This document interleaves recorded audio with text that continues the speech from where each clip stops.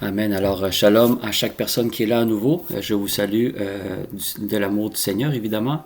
Je remercie le Seigneur pour sa parole déjà d'avance parce qu'évidemment, le thème que nous avons ce mois, le mois de juillet, évidemment, le 24 heures que nous avons, qui est le premier vendredi de chaque mois, fais-moi voir ta gloire. Et évidemment, ça vient d'un verset, évidemment, où est-ce que Moïse demande au Seigneur de voir sa gloire, qui est dans Exode 33. Verset 18 à 20 qui dit « Moïse dit, fais-moi voir ta gloire. » Alors c'est vraiment une demande et je pense que c'est une demande de chacun d'entre nous. On veut tous voir la gloire de Dieu. Et l'Éternel répondit, alors le Seigneur répondit « Je ferai passer devant toi toute ma bonté et je proclamerai devant toi le nom de l'Éternel et je fais grâce à qui je fais grâce et miséricorde à qui je fais miséricorde. » Et l'Éternel dit, dans le dernier verset, le verset 20, « Tu ne pourras pas voir ma face, car l'homme ne peut me voir et vivre. » Alors évidemment, le message ne sera pas concentré dans tous ces versets-là, parce que je pense que juste avec ces trois versets-là, mes amis, on pourrait faire une étude biblique très profonde. Mais juste expliquer ces trois versets-là, Moïse a comme désir dans son cœur de voir la gloire de l'Éternel. Et je pense que c'est pas seulement Moïse, mais je pense que tout homme et femme de Dieu qu'on voyait dans la parole de Dieu, mais même nous, en tant que chrétiens, s'il y a un souhait qu'on devrait tous avoir ou qu'on a déjà tous, c'est de voir la gloire de Dieu. Mais l'important, c'est, la première question qu'on doit se poser, c'est quoi la gloire de Dieu? Hein? C'est la première question qu'on devrait se poser, parce que si on veut voir sa gloire, est-ce qu'on comprend c'est quoi sa gloire? Qu'est-ce que ça veut dire de voir la gloire de Dieu? Il y a beaucoup de personnes qui peuvent être interprétées par beaucoup de choses. Des fois, il y en a des personnes qui vont parler de bénédiction matérielle, de santé, de toutes ces choses-là. Le Seigneur n'est pas contre ça, mais nous savons très bien, bien aimés, que les païens sont capables d'avoir la santé, ils sont capables de prospérer financièrement, ils sont capables d'avoir des enfants en santé, ils sont capables d'avoir des promotions. Est-ce que c'est ça la gloire de Dieu? Alors, il faut vraiment se poser la question en premier, qu'est-ce qu'est la gloire de Dieu? Et la deuxième question qu'on doit se poser, c'est comment arriver à voir la gloire de Dieu? Alors évidemment, bien aimé, à voir la gloire de Dieu, le message va être beaucoup plus focusé sur comment voir la gloire de Dieu. Et si le Seigneur me permet, parce qu'on n'aura pas assez de temps aujourd'hui, je vais vous expliquer vraiment c'est quoi la gloire de Dieu. Mais avant de vraiment comprendre qu'est-ce qu'est la gloire de Dieu, c'est premièrement, on veut atteindre et un jour dire dans notre vie, avant que le Seigneur vienne nous chercher, j'ai vu la gloire de Dieu. Et la gloire de Dieu, mes amis, c'est beaucoup plus d'avoir senti sa présence pendant une louange à l'église. Voir la gloire de Dieu, c'est beaucoup plus profond que ça, mes amis. Et ça, évidemment, Moïse avait déjà une communication avec Dieu, avait déjà une relation avec Dieu, a déjà vu le Seigneur en action. Mais malgré ça, il pose la question au Seigneur, je veux voir ta gloire. On dirait il savait que c'était plus que ça, la gloire de Dieu. C'était beaucoup plus de ce qu'il avait déjà vécu. Et évidemment, à part, il parle de sa bonté, il parle qu'il sera devant nous. Alors, Jésus aussi, c'est des choses qu'il nous a promis, c'est que malgré les difficultés, malgré les tribulations, il a dit qu'il a vaincu le monde, ou dans d'autres passages, il dit, je serai avec vous jusqu'à la fin du monde, jusqu'à la fin des temps. Et là, justement, il parle de la grâce, évidemment. Je fais grâce à qui je fais grâce, je miséricorde à qui je fais grâce. Juste le fait, mes bien-aimés, qu'on a pu accepter le Seigneur, c'est déjà une grâce. Parce que c'est pas tout le monde qui est appelé à servir le Seigneur. Et après, évidemment, dans le verset 20, il parle vraiment de, évidemment, être en présence du Seigneur. Évidemment, pour nous, dans notre corps charnel, ça serait la mort. Parce qu'il dit, tu peux pas me voir. Si tu me vois, c'est automatiquement tu meurs. Alors évidemment, quand on voyait dans l'Ancien Testament, surtout, quand le Seigneur avait des messages à donner ou des instructions, il envoyait toujours des anges pour aller parler à les hommes ou les femmes de Dieu. Parce qu'évidemment, être dans la présence du Seigneur, automatiquement, notre corps ne pourra pas supporter une telle puissance. Alors, mais aujourd'hui, on va se concentrer, évidemment, comme je vous dis, vous voyez, dans ces trois versets-là, il y a tellement de choses à parler. Il y a tellement, on pourrait faire une étude biblique, comme je vous dis, juste avec les trois versets. Mais le Seigneur m'a dit, la première question qu'il m'a posée, c'est même pas qu'est-ce qu'est la gloire de Dieu, parce que c'est une question très importante, qu'est-ce qu'est la gloire de Dieu, mais c'est comment voir la gloire de Dieu, comment arriver à une destination, c'est comment voir sa gloire. Alors, on veut tous voir sa gloire, mais est-ce qu'on sait comment? Parce qu'on peut prier, on peut chanter, on peut jeûner, on peut faire plein de choses, mais il y a une façon de voir la gloire de Dieu, parce que je vous dis, bien aimé, c'est pas tout le monde qui prie, c'est pas tout le monde qui jeûne, et c'est pas tout le monde qui est à l'église qui voit la gloire de Dieu. Alors, il y a vraiment un ingrédient tellement important qui manque, qui est jumelé évidemment avec la prière, le jeûne et tout, et on en parle, je pense, le Seigneur me donne ce message-là depuis le début de l'année 2022. Comment qu'on peut voir sa gloire? Évidemment, la première façon de voir sa gloire, évidemment, il faut s'approcher de lui. Ça, c'est la première question, la première réponse à cette question-là. Comment qu'on peut voir la gloire de Dieu? Bien évidemment, la première chose qu'on doit faire, c'est pas comment je vais voir sa gloire, c'est comment je peux m'approcher de lui, parce que je sais que plus que je m'approche de lui, plus que j'aurai une opportunité de voir sa gloire. Tu sais, je ne peux pas voir la gloire de Dieu si je suis loin de lui.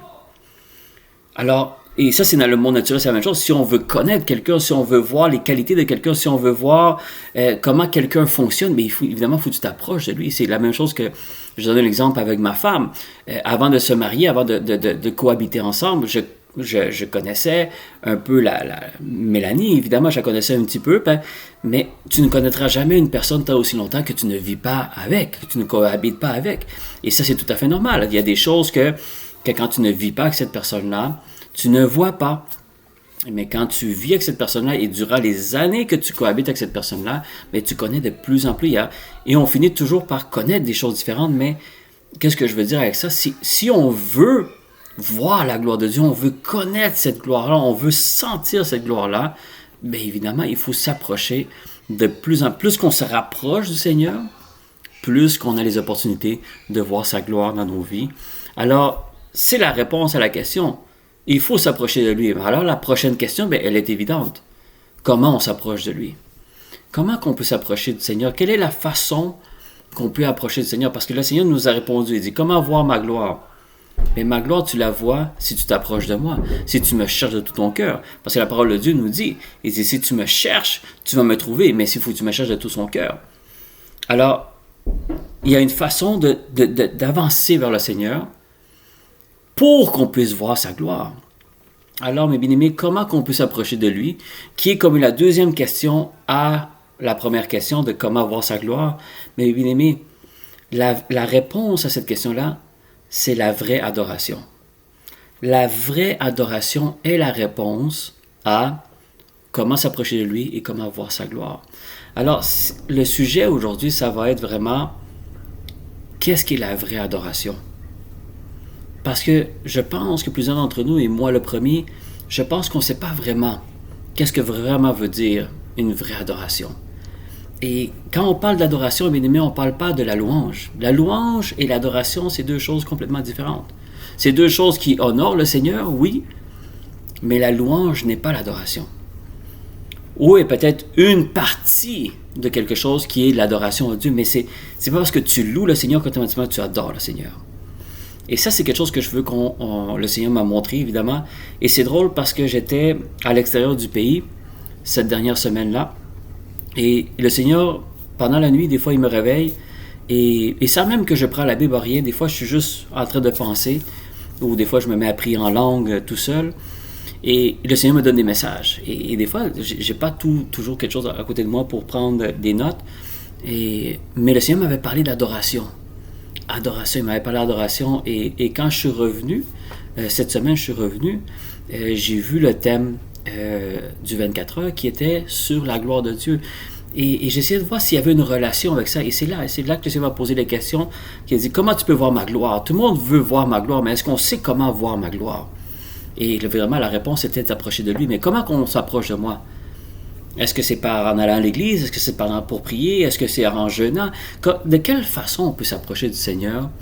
Évidemment, il y a l'obéissance à la parole de Dieu. Il y a beaucoup de choses qu'on peut faire, mais tout ça est résumé sur la vraie adoration. Qu'est-ce qu'est l'adoration? Qu'est-ce qu'est adorer Dieu? Et justement, évidemment, dans Jean 4, versets 23 et 24, évidemment, c'est les deux versets qu'on connaît très bien, qui parlait, évidemment, Jésus parlait à la femme samaritaine. Il nous parle d'adorer le Père. Il nous dit, il y a une façon d'adorer. Et qu'est-ce qu'il disait? Évidemment, parce que la femme samaritaine posait des questions à Jésus comme, mais là, il y a certains qui disent qu'on doit adorer le Seigneur dans le temple, il y en a sur cette montagne. Bon, évidemment, elle était un peu confuse, mais elle savait qu'elle parlait au Christ. Mais c'est là que Jésus répond. Il dit, mais l'heure vient, il est déjà venu. Alors, il y a déjà 2000 ans, Jésus a dit, c'est déjà là. Ça veut dire que c'est déjà en place. C'est pas quelque chose qui est à venir, c'est déjà qui est déjà en place. Alors, dès que Jésus est en train de parler avec la Samaritaine, c'était déjà en place. Il disait, où les vrais adorateurs adoreront le Père en esprit et en vérité. Et regardez ce qu'il dit après. Il dit, virgule, il dit, car ce sont là les adorateurs que le Père demande. Alors, il y a des niveaux d'adorateurs. Hein? Évidemment, ce n'est pas tout le monde qui va adorer au même niveau. Mais le Seigneur cherche des adorateurs en esprit et en vérité. Et regardez ce qu'il dit après. Il dit, Dieu est esprit. Et il faut que ceux qui l'adorent en esprit et en vérité. Alors, on connaît bien ce verset-là. Et c'est de savoir comprendre qu'est-ce que Jésus voulait nous dire là. Parce que là, il dit que le Père cherche des adorateurs. Et évidemment, dans Jérémie, si je ne me trompe pas, le Seigneur a dit, celui qui me cherche va me trouver, mais il doit me chercher de tout son cœur. Hein? Alors, on dirait que les deux se rejoignent. Alors, une façon de trouver le Seigneur ou de chercher le Seigneur pour pouvoir trouver le Seigneur, parce que quand tu trouves le Seigneur, automatiquement, tu trouves sa gloire. C'est la même chose comme j'avais donné l'exemple. C'est plus que tu t'approches d'une personne, ben, tu vas connaître de plus en plus la personne. Il y a des choses de cette personne qui va refléter beaucoup plus parce que tu t'es approché de lui, tu as plus de confiance en lui, tu cohabites avec cette personne-là. Fais en sorte que tu découvres plus de choses. Alors le Seigneur, pour aller voir sa gloire, bien évidemment, il faut que tu t'approches de lui. Mais là, la question est, c'est comment tu t'approches de lui? Alors la réponse, c'est l'adoration. Mais nous, en tant que chrétiens, il faut qu'on comprenne qu'est-ce qu'est la vraie adoration. Comment on adore le Seigneur? Il dit, Jésus lui nous dit que là, ça veut dire qu'il n'y a pas d'endroit. Évidemment, on peut le faire à l'église, mais là, il est en train de dire que ce n'est pas une question d'endroit. Ce n'est pas une question que tu sois à l'église, dans ta voiture, dans ta maison. Ce n'est pas l'endroit qui est important. C'est de la façon que tu vas le faire. Parce qu'il dit, c'est les vrais adorateurs. Il dit, Dieu est esprit. Alors, Jésus, il veut nous faire comprendre, parce qu'évidemment, les disciples et la femme qui était là, ils savaient que Dieu est esprit. Mais pourquoi le Seigneur, il confirme, Dieu est esprit. Alors, il faut nous faire comprendre que l'adoration que le monde font à des choses en ce moment, Dieu, c'est pas la même façon que tu peux l'adorer. Tu ne peux pas adorer Dieu comme tu as déjà adoré d'autres choses avant de connaître le Seigneur ou comme le monde adore d'autres choses. Parce que, vous savez, le monde dit « Ah, j'adore cette couleur-là. Ah, j'adore cette personne-là. » C'est pas cette adoration, c'est pas une vraie adoration, bien-aimé. Dieu est esprit. Alors, ton adoration doit être faite en esprit et en vérité. C'est ça qu'on va voir. Parce que c'est ça qu'il faut comprendre. Parce que celui qui adore Dieu, des vrais adorateurs, c'est celui qui va voir la gloire de Dieu dans sa vie. Et c'est ça qui est important. Il y a des personnes qui peuvent chanter des chants sur l'adoration. Il y a des personnes qui peuvent être en train de louer toute une journée, de prier toute une journée. Mais il y a beaucoup plus que ça. Il faut que tu t'approches de lui. Et c'est là qu'on va voir comment on peut s'approcher de Dieu, comment on peut adorer Dieu. Et c'est là que la question est la prochaine, c'est comment être un adorateur. Là, il dit, c'est les vrais adorateurs que le Père demande. Alors, la prochaine question que nous, on devrait avoir en tant que chrétiens, comment être un adorateur? Comment être un vrai adorateur? Et regardez Deutéronome, chapitre 10, verset 12. On va aller dans Deutéronome, chapitre 10, verset 12, qui dit, « Maintenant, Israël, que demande de toi l'Éternel, ton Dieu? Si c'est que tu craignes l'Éternel, ton Dieu. » Alors, la première chose, c'est là, évidemment, comme dans le Proverbe, il dit, Salomon, il dit, la crainte de l'Éternel est le début de la sagesse. C'est pas faux. C'est pas de vivre dans la peur constamment. Mais un chrétien qui n'a pas la crainte de l'Éternel, il y a un problème, bien aimé. Et ça, je vous le dis plusieurs fois, moi, ça m'est arrivé.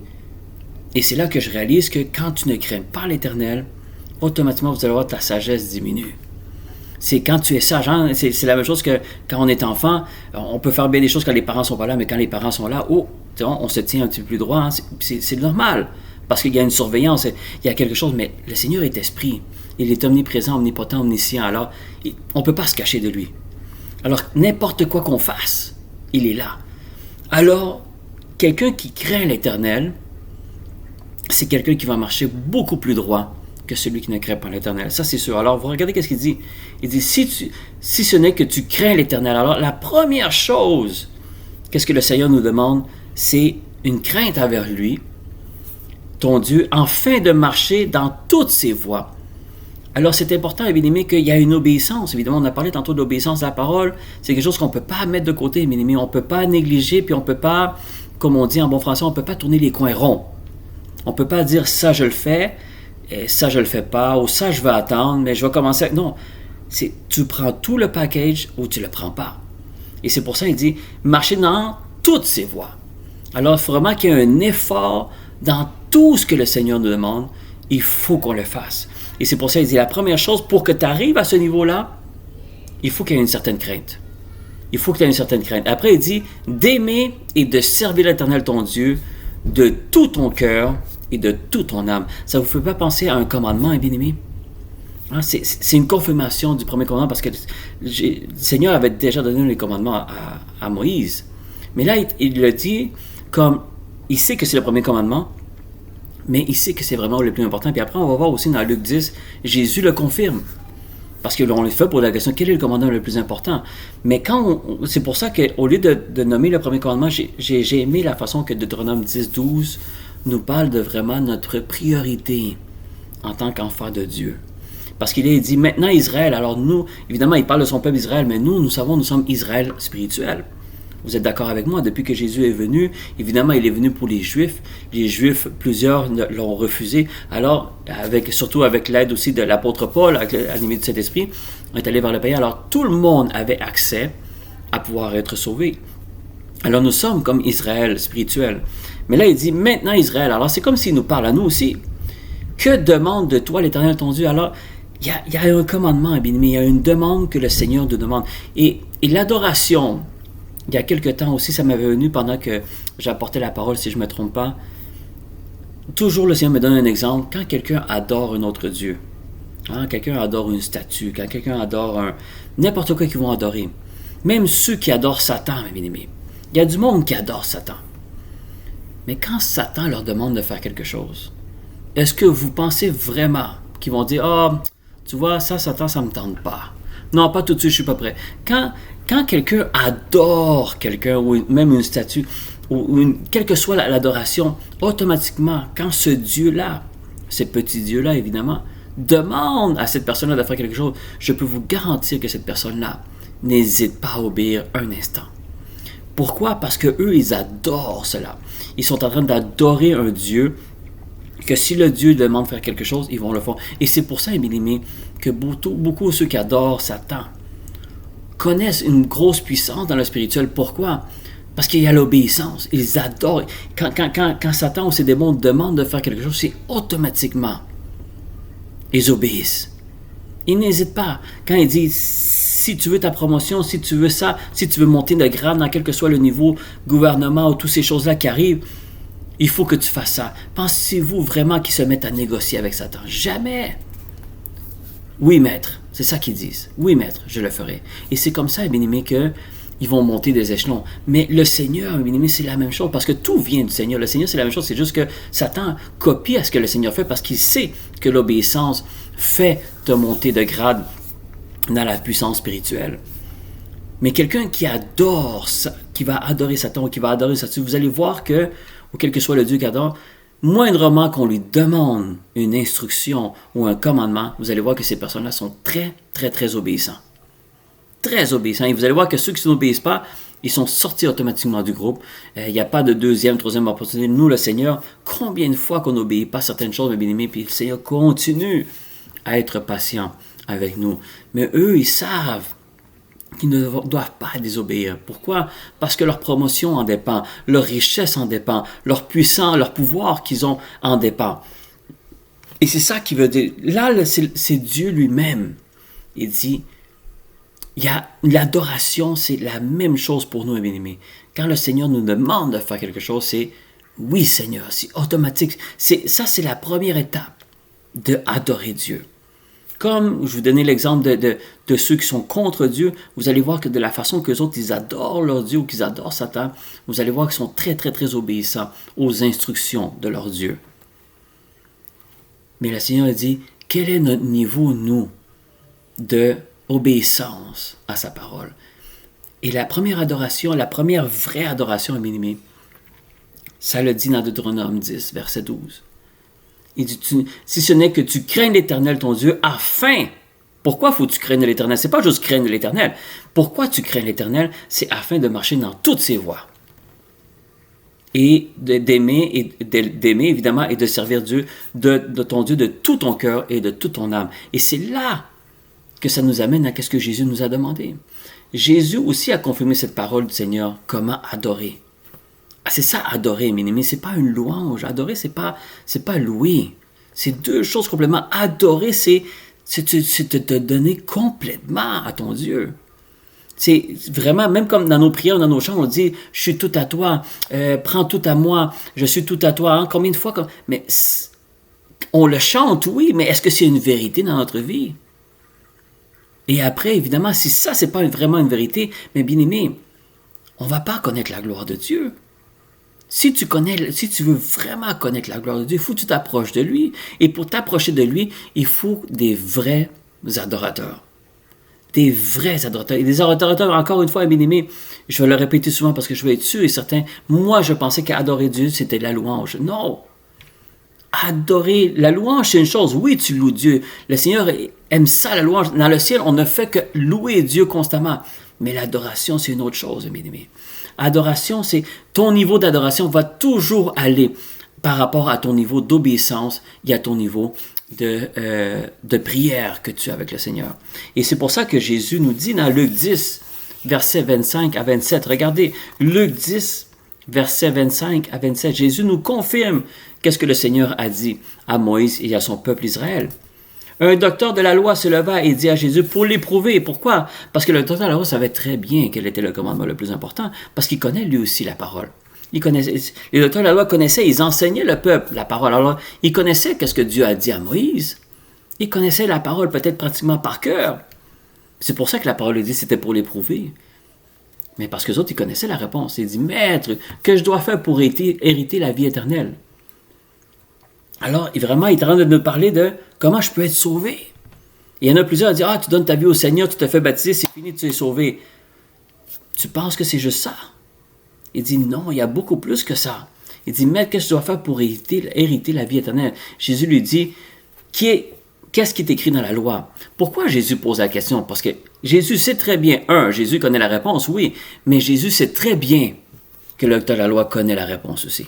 C'est pour ça qu'il dit, crois-tu que dans qu'il l'ait lu? C'est-à-dire comme, en voulant dire, Jésus a voulu dire, moi je sais que tu sais. Tu l'as lu la parole, tu la connais la parole. Qu'est-ce qui est écrit dans la parole? Puis il répondit, tu aimeras le Seigneur ton Dieu de tout ton cœur, de toute ton âme, et de toutes tes forces et de toutes tes pensées. Et dit ton prochain comme toi-même. Mais vous voyez comment il répond, mais moi j'aime comment il lui repose la question à Jésus, parce que Jésus sait que le docteur de la loi connaît la réponse. Il connaît déjà la réponse, et c'est pour ça qu'il dit, pourquoi tu me testes? Si tu sais très bien que le commandement le plus important, c'est qu'est-ce que Dieu a dit à Moïse. Et dans une autre version, il dit, tu aimeras le Seigneur. Mais dans d'autres versions, quand vous lisez, c'est écrit, tu adoreras le Seigneur, ton Dieu, de tout ton cœur. Il y a certaines versions qui disent aimer, mais la version hébreu au grec, je ne veux pas me tromper, ça dit adorer le Seigneur. Tu adoreras le Seigneur, ton Dieu, de tout ton cœur. C'est beaucoup plus qu'aimer. La version, nous, qu'on a, c'est beaucoup plus léger. Certaines fois, c'est léger. Des fois, il parle de serviteur, c'est esclave. Mais quand tu regardes, quand tu vas sur Internet, tu regardes les vrais mots d'origine hébreu, tu vas voir que la réponse, elle dit, tu adoreras ton Dieu de tout ton cœur. C'est une adoration. C'est pas juste amour, c'est adoration. C'est adoration qu'il doit avoir un bien-aimé. Et ça, le Seigneur est en train de nous confirmer que c'est ta vie éternelle, ton salut en dépend aussi. Parce qu'il dit, qu'est-ce que je dois faire pour hériter la vie éternelle? Et c'est pour ça, un bien-aimé, que Jésus nous confirme qu'est-ce que le Seigneur a dit à Moïse. Il y a une adoration qui doit être faite, mais on doit comprendre, un bien-aimé, qu'est-ce que cette adoration-là. Et déjà là, Deutéronome 10, verset 12, nous donne une bonne partie de la réponse. C'est quoi adorer? Adorer, mes bien-aimés, va par rapport à Oui, l'obéissance, mais pas seulement l'obéissance juste pour dire j'obéis. Non, j'obéis parce que j'ai confiance. Je sais de qu'est-ce qu'il me demande.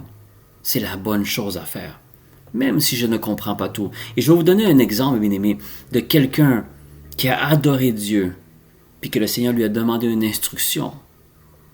Puis il n'avait pas compris pourquoi, mais il a obéi. Même si son cœur était brisé, il l'a obéi pareil. Et ça, c'est Abraham. Pourquoi, bien aimé? Parce que moi, j'ai fait mes recherches et j'ai regardé quel est le premier endroit dans la Bible qu'on parle d'adorer Dieu.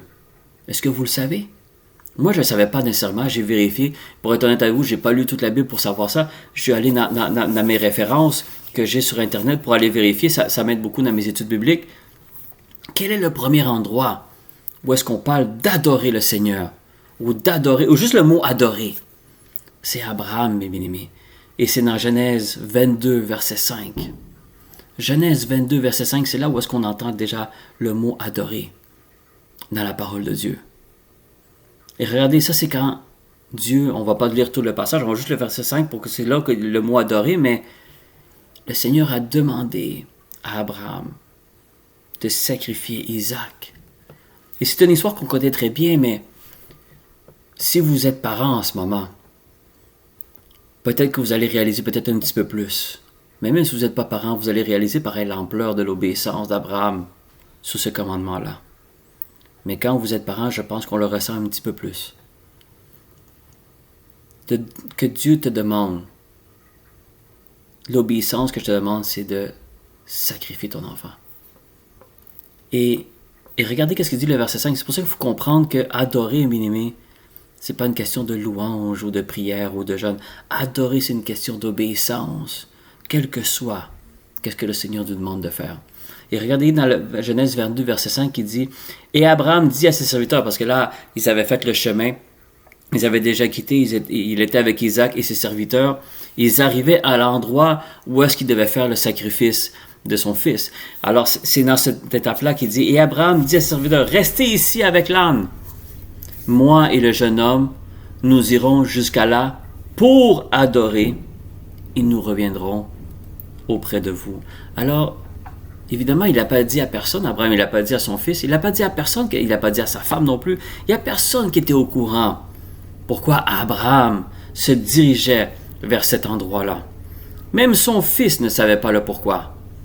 Mais regardez qu'il dit, nous irons où?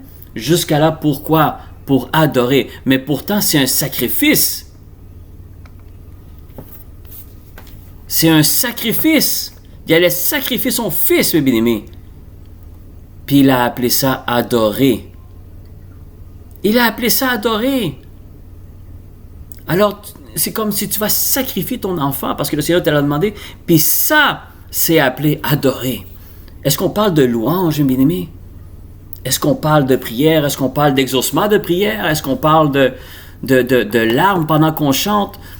Ou pendant qu'on est en prière? Non, bien-aimé. Adorer, c'est une obéissance à ce que Dieu te demande de faire, même si ton cœur est brisé, même si ton cœur saigne, tu obéis pareil. Ça, c'est une vraie adoration. Mais nous connaissons la suite, nous savons que tout simplement, c'était tout simplement pour tester sa foi et pour, évidemment, élever la foi d'Abraham, de beaucoup d'hommes ou de femmes de Dieu après, pour dire non, cet homme-là a vraiment obéi. Parce qu'évidemment, celui qui a obéi le plus, on sait, c'est Jésus. Mais Abraham a eu un niveau d'obéissance beaucoup plus élevé de beaucoup d'hommes et femmes de Dieu dans la parole de Dieu. Mais imaginez-vous, bien-aimé, j'avais jamais remarqué que aller faire le sacrifice de son fils, Abraham, il a appelé ça adorer son Dieu. Vous voyez, c'est quoi l'ampleur d'être adoré? Alors, qu'est-ce que le Seigneur veut nous dire avec ça? C'est pas qu'on va aller sacrifier nos enfants pour adorer Dieu, non. Parce que ça, c'est une instruction qu'il avait donnée à Abraham seulement. Il n'avait pas donné ça à quelqu'un d'autre. Mais qu'est-ce que ça veut dire, mes amis? C'est que des vrais adorateurs que le Seigneur cherche, c'est quelqu'un qui est prêt à obéir. Quel que soit qu'est-ce que ton cœur te fait sentir ou te fait penser, ou qu'est-ce que soit tes 5 sens te font sentir. Parce que nous savons, mes amis, les 5 sens, c'est la chair. Les émotions, c'est la chair. C'est pour ça que comment ça s'appelle, Jésus il dit, Dieu est esprit. On doit penser spirituellement. On ne peut pas penser logiquement. On ne peut pas penser avec nos 5 sens ou avec ce que nos yeux voient ou ce que nos oreilles entendent ou qu'est-ce qu'on ressent, qu'est-ce que nos cœurs ressentent. Non, bien aimé, ça, c'est pas esprit. Il y en a beaucoup, bien aimé, beaucoup de chrétiens qui sont dirigés par leurs émotions. Mais les émotions, bien aimé, ça vient de la chair. Même le cœur n'est pas quelque chose que tu dois avoir confiance à 100%. Quand plusieurs païens vont dire « suis ton cœur », non, mais bien aimé, faites jamais ça.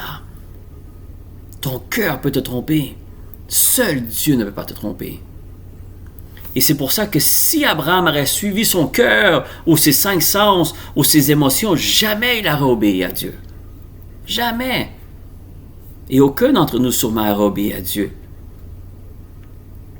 Mais Abraham était à un niveau spirituel, une relation avec Dieu qu'il était au-dessus que la plupart d'entre nous, bien aimés. Alors quand le Seigneur a demandé ça, oui, son cœur s'est brisé, oui, son cœur a saigné, parce que c'était son fils. En plus, justement, c'était le fils que le Seigneur avait tellement promis, c'était un fils qui est venu du miracle.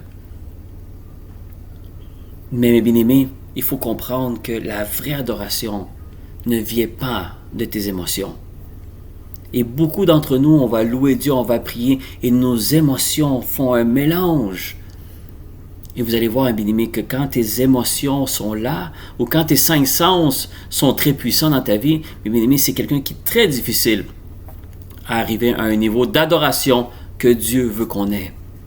Parce que si tu veux arriver à un niveau de vrai adorateur, il faut absolument qu'on ait crucifié la chair. Parce que la chair, quand tu la crucifies, tes émotions aussi vont être là, mais tu ne vas pas écouter. Parce que tes émotions, tu ne pourras jamais t'en débarrasser. Ta chair sera toujours là. Tant aussi longtemps que Jésus ne vient pas nous chercher, ta chair va toujours être là. Mais toi, il faut que tu réussisses à contourner ça. À dire non, mon Seigneur, je vais l'adorer. Quel que soit ce qu'il me demande, je vais le faire. Et c'est pour ça que ça m'avait étonné de savoir que le premier endroit où est-ce qu'on parle d'adorer dans la parole de Dieu, ça a été quand Abraham s'en allait sacrifier son fils unique, Isaac. Et il appelait ça adorer. Juste ça, mes bien-aimés, ça nous dit énormément qu'est-ce qu'un vrai adorateur.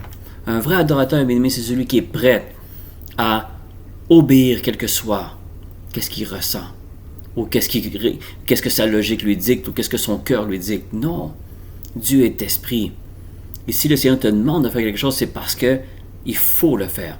C'est soit pour ton bien ou soit pour le bien de quelqu'un d'autre. Et c'est pour ça, bien aimé, que on veut voir la gloire de Dieu. La gloire de Dieu est disponible pour tout le monde, bien aimé. Mais est-ce que tout le monde a accès à voir la gloire de Dieu? Non, malheureusement, ce n'est pas tout le monde qui va vivre la gloire de Dieu. C'est seulement des vrais adorateurs qui vont voir la gloire de Dieu. Et les vrais adorateurs, bien aimés, c'est ceux où est-ce qu'ils vont lire la parole de Dieu. Et même s'ils ne comprennent pas tout, mais Jésus me l'a demandé, je le fais. Mais, il n'y a pas de mais. Parce qu'Abraham, il n'y a pas eu de mais. Son cœur était brisé, mais il n'y a pas eu de mais. Il l'a fait. Et quand il est arrivé à l'endroit pour le faire, il a dit qu'il s'en allait adorer Dieu. Ça, bien aimé, c'est tellement puissant que le Seigneur m'a montré ça.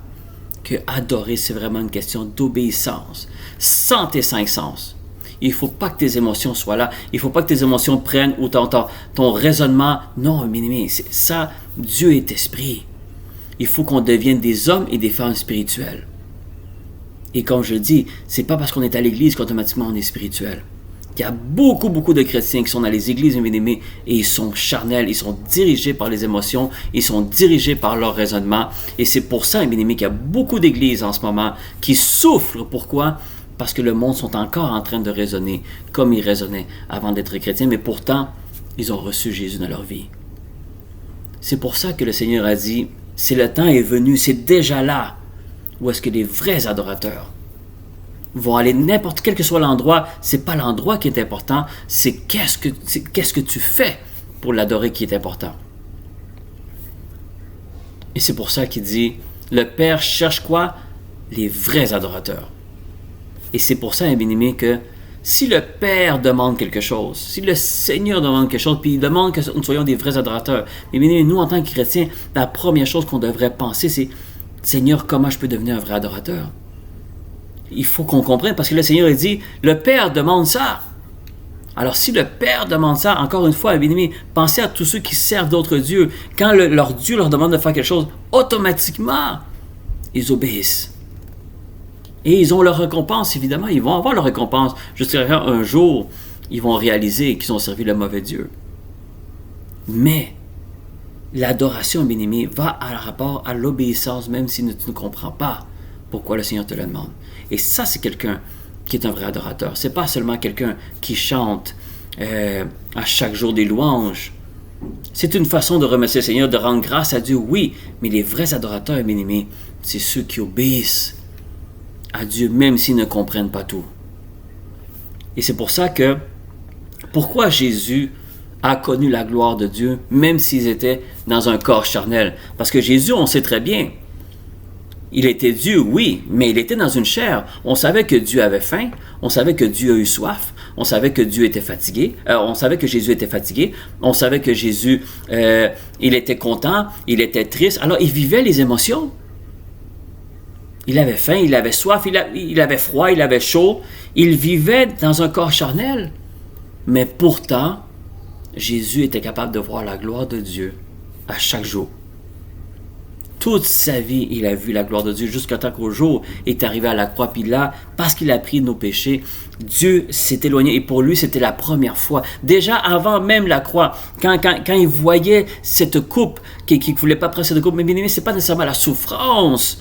Pourquoi il pleurait? C'est seulement parce qu'il ne voulait pas que Dieu s'éloigne de lui. Mais il savait qu'à cause qu'il allait prendre nos péchés, Dieu allait s'éloigner de lui. Parce que Dieu ne pouvait pas cohabiter avec le péché. C'était ça qui faisait plus de peine à Jésus. Pas nécessairement la souffrance, que malgré la souffrance devait être très douloureuse, mais sa pire souffrance n'était même pas ces douleurs charnelles qu'il a eues. C'était que Dieu s'était éloigné de lui pour la première fois. Il avait senti Dieu s'éloigner de lui. Mais pourquoi le Seigneur a connu cette gloire-là?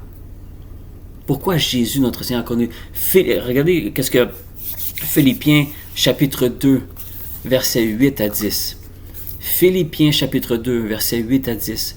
Pourquoi Jésus a réussi à connaître la gloire de Dieu, même s'il était dans un corps charnel? Il a vu la gloire de Dieu à tous les jours, bien-aimés, sans exception, pendant son ministère.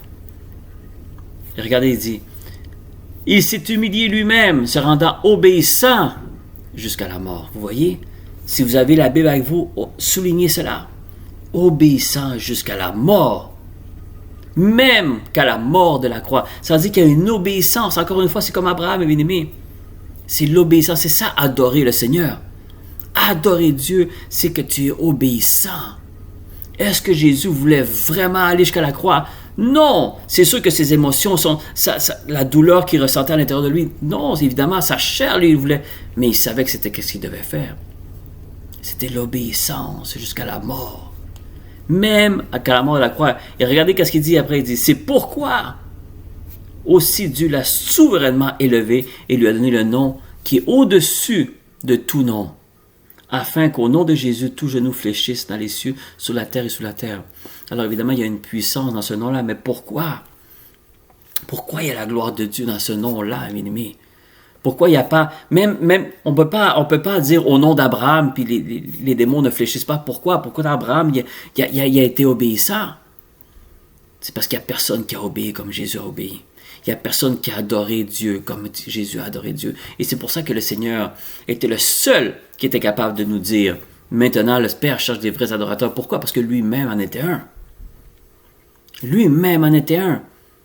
Alors j'ai toujours dit, Jésus enseignait des choses, nous demandait des choses, mais lui, il prêchait toujours par l'exemple.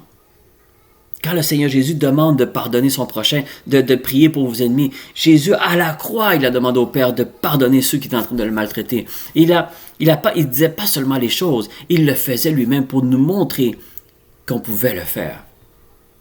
Toutes les tentations que nous avons vécues, mes bien-aimés, et que nous vivons dans ce monde, Jésus les a tout vécues. La différence, c'est que nous, on fléchit plusieurs fois, lui, il n'a jamais fléchi devant un péché. C'est ça la différence. Mais il a vécu toutes les mêmes tentations que nous. Toutes les tentations que nous vivons, lui, il l'a vécu aussi. Mais la différence, c'est qu'il a été obéissant jusqu'à la mort. Il n'y a personne qui a obéi comme lui. Et c'est pour ça que son nom a été élevé au-dessus de tout autre nom. C'est pour ça que tu ne chasses pas des démons au nom de Moïse, au nom d'Abraham, au nom de David, au nom de Daniel. Non! Tu chasses des démons au nom de Jésus.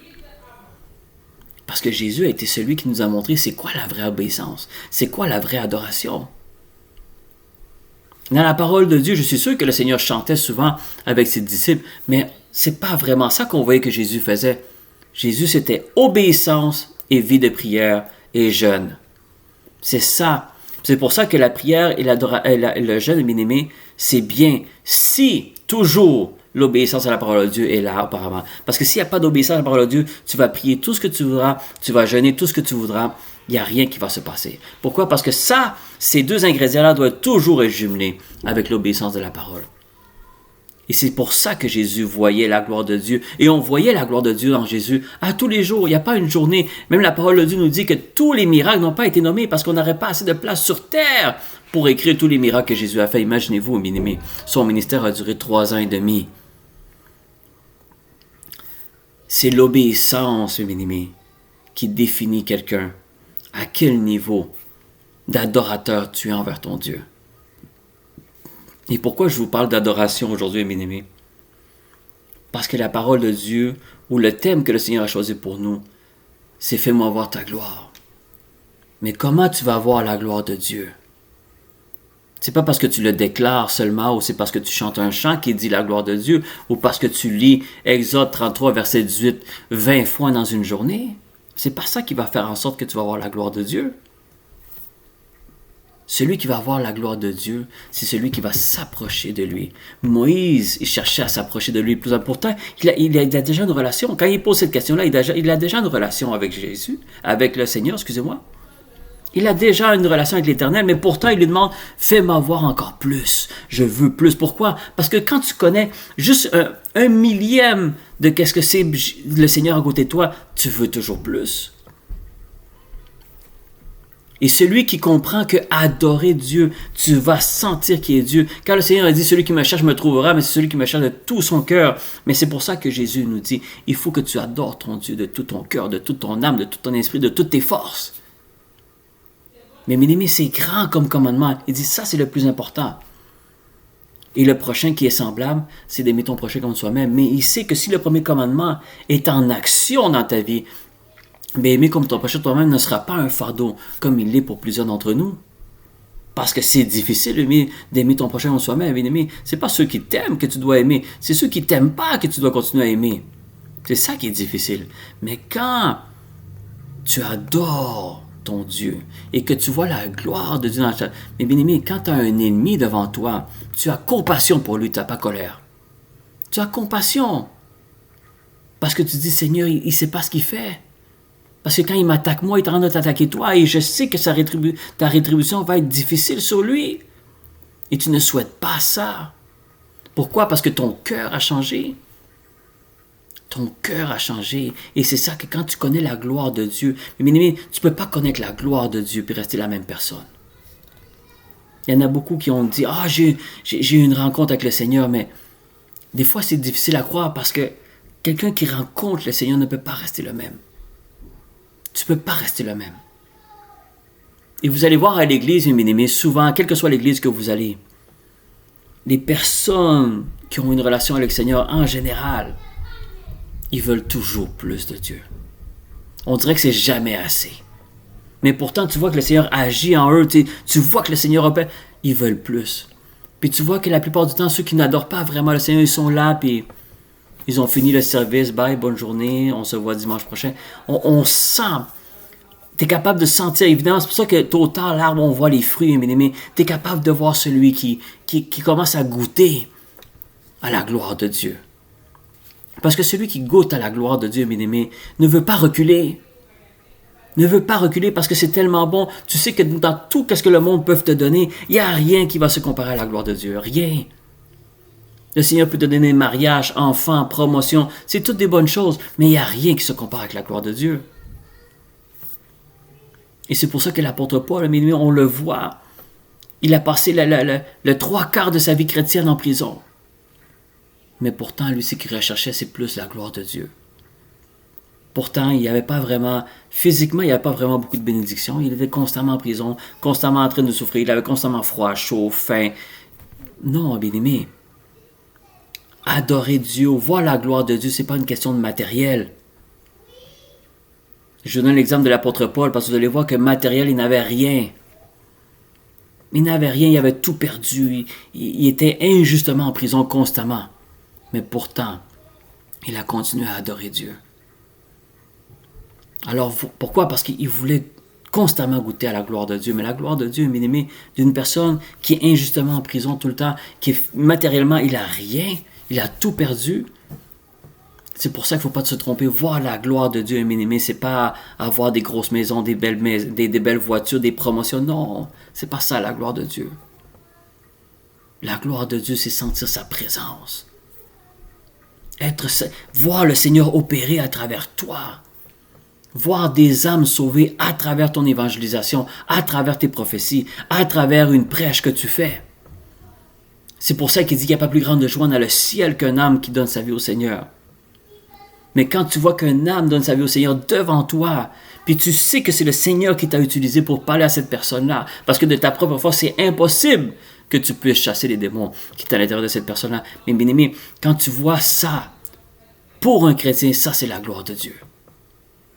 Parce qu'il n'y a pas plus beau moment qu'une personne va vivre que ce moment-là. Pourtant, c'est même pas dans tes propres intérêts. C'est pas toi qui viens d'être sauvé, c'est pas toi qui viens de gagner à la loterie, c'est pas toi qui viens d'avoir une promotion. Non, tu viens de voir une âme qui a été libérée des griffes de l'ennemi, puis que le Seigneur peut sauver maintenant. Et ça, c'est une joie que même pour nous en tant que chrétiens, il n'y a pas meilleure joie que ça dans le monde. Parce que dans le ciel, il n'y a pas plus grande joie que ça. Et savez-vous, bien aimés, comment les disciples ont connu la gloire de Dieu? Savez-vous comment les disciples ont connu la gloire de Dieu? On va le voir dans Acte 1. Acte 1, le premier chapitre de Acte, versets 12 à 14. On va voir cette étape-là et une dernière étape, et on va finaliser avec ça. Mais pour comprendre que adorer Dieu, bien aimés, va toujours commencer avec l'obéissance aux instructions que Dieu va nous donner. Et le niveau de réponse, d'obéissance va évaluer ou va mesurer ton niveau d'adorateur que tu es envers ton Dieu. Regardez le verset 12 à 14 qui dit dans le premier chapitre de Actes, il dit « Alors ils retournèrent à Jérusalem. » Alors c'est quel moment? C'est le moment où est-ce que Jésus leur dit « Je vous donnerai cette puissance, vous allez être mes témoins à Jérusalem et bon, partout dans le monde. » Et c'est là que Jésus repart et c'est là qu'un des anges lui dit « Pourquoi vous le regardez comme ça? Parce que c'est de la même façon qu'il va descendre. » Alors c'est le moment où est-ce que Jésus les laisse vraiment pour la dernière fois après d'être ressuscité. Mais il avait donné un commandement.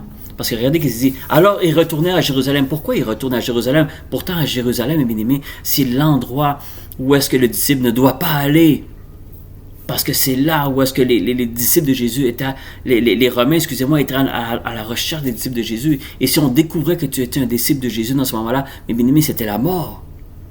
Mais Jésus avait donné un commandement, il a dit, restez à Jérusalem parce que c'est là que je vais vous donner cette puissance-là. C'est pour ça qu'on voit dans le verset 12 qui dit « Alors ils retournèrent à Jérusalem. » Est-ce que vous pensez que les disciples retournaient à Jérusalem? Oh, super contents parce qu'ils retournaient à Jérusalem. Non, bien aimé, ils se dirigeaient vers une ville qui savait que si cette ville-là découvrait qu'ils étaient des disciples de Jésus, c'était la mort pour eux. Mais pourtant, ils ont obéi.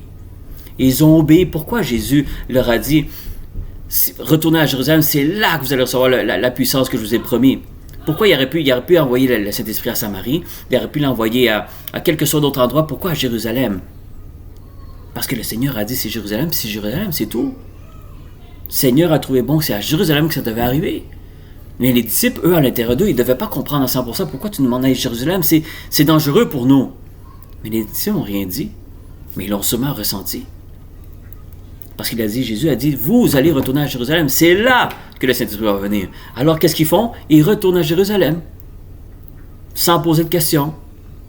Et c'est là qu'on voit que de la montagne appelée des Oliviers, qui est près de Jérusalem, à la distance d'un chemin de sabbat. Quand ils furent arrivés, alors ils sont arrivés à côté, à la montagne appelée des Oliviers, à côté de Jérusalem. Ils furent arrivés, ils montèrent dans la chambre haute. Et là, ils voient qu'on nomme tous les disciples. Et on voit, il dit, tous d'un commun accord, persévérer dans la prière avec les femmes, Marie, Mère de Jésus et les frères de Jésus. Alors, bien-aimés, encore une fois, ils sont allés, oui, en prière, et avec cette prière-là, c'est là qu'après on voit que le Saint-Esprit vient après, parce que c'est dans un moment de prière, mais tout a commencé avec une obéissance. Parce qu'ils ont cru, ils ont vu que Jésus a ressuscité, alors ils ont fait comme... Ils ont vraiment compris c'était quoi vraiment Jésus. Avant même la croix, on l'a dit, hein, quand ils étaient à la croix, là, c'était pas un jour de victoire pour eux. Pourtant, c'est un jour de victoire. Mais pour eux, ce n'était pas un jour de victoire, c'était un jour de défaite. Mais quand ils ont vu Jésus ressusciter, ils ont vu, waouh, tout ce que Jésus nous a dit, c'est arrivé pour vrai. Alors, c'est là, on dirait que ton niveau d'adoration va à un autre niveau, parce que là, tu comprends qui tu sers. Et c'est pour ça que quand Jésus a dit, c'est à Jérusalem que vous allez rester, parce que c'est là que je vais vous envoyer cette puissance-là. Mais bien aimés, ils ont été à Jérusalem, même s'ils savaient que c'était dangereux. Ils sont allés à Jérusalem. Et là, évidemment, ils ont prié tout, mais tout a commencé avec une obéissance. Tout commence avec une obéissance, bien aimé, même si tu ne comprends pas. Parce que tu dis, Seigneur, tu aurais pu envoyer le Saint-Esprit ailleurs, dans un endroit où est-ce que c'est plus calme pour nous. Non, il a décidé Jérusalem. Parce que c'est à Jérusalem que ça devait arriver, bien aimé. Mais si le Seigneur t'envoie à un certain endroit, ne t'inquiète de rien. Si le Seigneur t'envoie à un certain endroit, c'est parce qu'il sera avec toi. Il ne va pas t'amener à la gueule du loup pour que tu sois mangé. Il va t'envoyer à la gueule du loup pour que le loup voudra te mordre et ne pourra pas. Et ça va être un témoignage. Et c'est pour ça qu'on va finir avec ça, bien aimé. On comprend un petit peu plus c'est quoi l'adoration. Adoration, bien aimé, c'est beaucoup plus qu'une louange.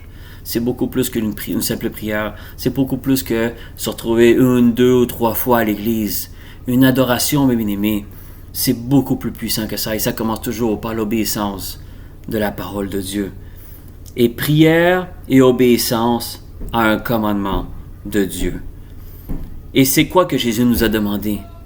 Alors si on veut vraiment adorer Dieu et on veut vraiment connaître la gloire de Dieu, on veut que la gloire de Dieu vienne pour nous, mais je vais vous dire c'est quoi la réponse, mes amis. Et c'est une réponse que plusieurs d'entre vous la connaissent déjà. Mais c'est quoi que Jésus nous a demandé? À aux disciples, mais à nous.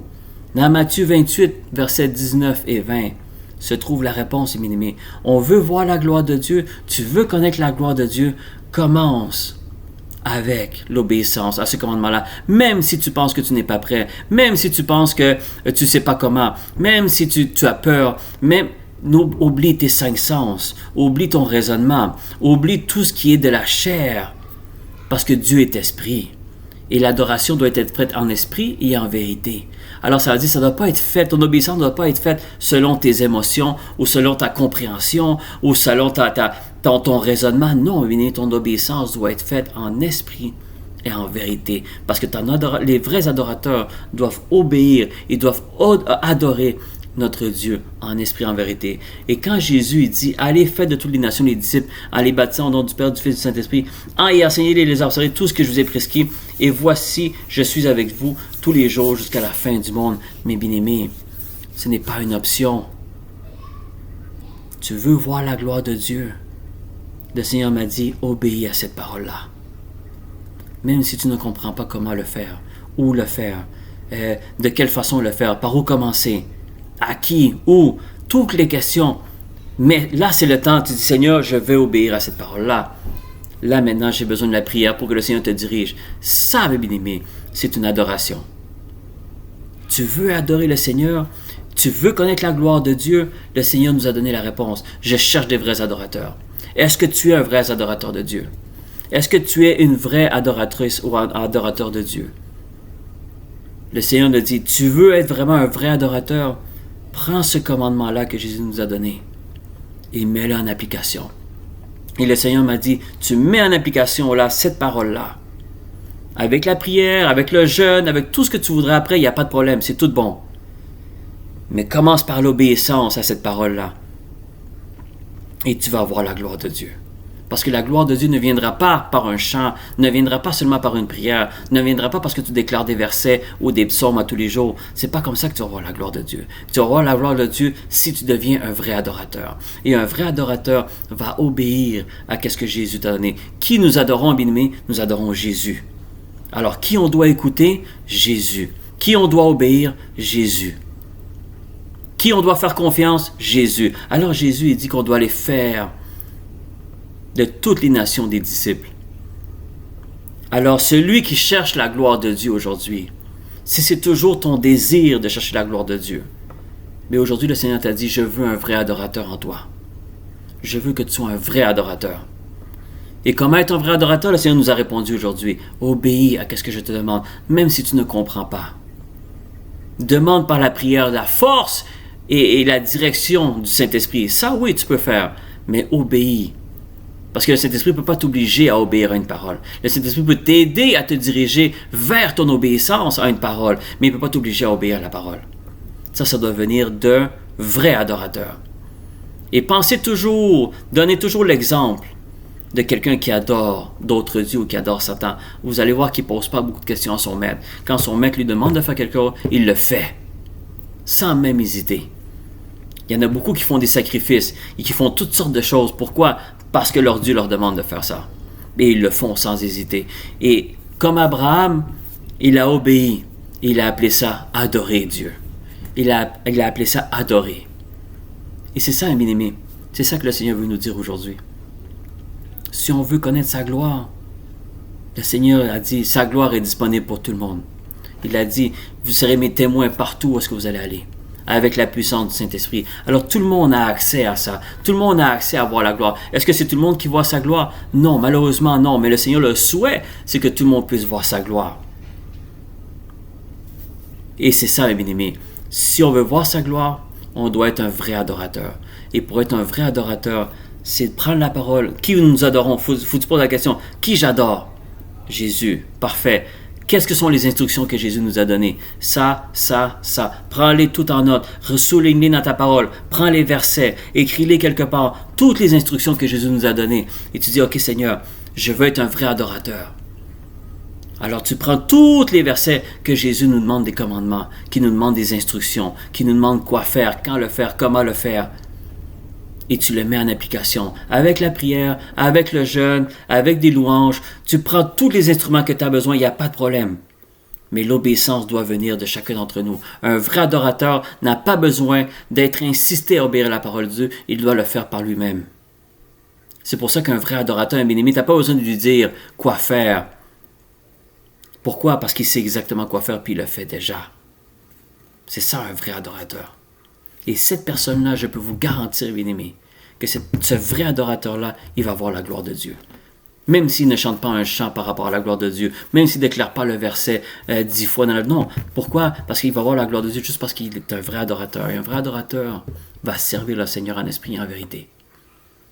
Et c'est ça, c'est comme ça, bien-aimé, que chaque chrétien qui veut voir la gloire de Dieu, c'est de cette façon-là on a la réponse aujourd'hui, bien-aimé. Et c'est ce que je souhaite aujourd'hui, que chaque personne qui est là, qui a entendu cette parole-là, qui va participer à notre 24 heures, qui vraiment, à chaque fois où vous allez déclarer ce verset-là, je veux voir ta gloire, pensez toujours que le Seigneur nous a dit, je veux que tu sois un vrai adorateur et tu verras ma gloire. Et le Seigneur nous a montré c'est quoi être un vrai adorateur. Parce que si tu n'es pas un vrai adorateur, tu ne pourras pas vers sa gloire. Tu ne pourras pas vers sa gloire. Alors, je donne gloire à Dieu, bien-aimé, pour la parole qu'on a eue aujourd'hui. Le Seigneur m'avait parlé d'adoration cette semaine, comme j'avais dit au début, mais je ne savais pas que ça allait avoir rapport avec la gloire de Dieu. Mais maintenant que le Seigneur m'a montré pourquoi le Seigneur m'a donné cette parole-là, c'est là que j'ai compris que voir la gloire de Dieu, c'est grandiose, bien-aimé. C'est quelque chose qu'on va tous vouloir, voir la gloire de Dieu à chaque jour. Et même quand on ne sentira pas une journée qu'on n'aura pas sa gloire, il va nous manquer quelque chose parce qu'il n'y a rien dans le monde, il n'y a aucun matériel, il n'y a aucune drogue, il n'y a aucun alcool qui peut remplacer ça. C'est quelque chose qui va nous remplir constamment, c'est la gloire de Dieu. Mais ça, il y a seulement les vrais adorateurs qui ont accès. Alors je demande que le Seigneur vous bénisse abondamment et que cette parole-là puisse tomber sur une bonne terre, sur chacun d'entre vous. Et je demande que le Seigneur vous bénisse abondamment. Amen. Shalom à tous.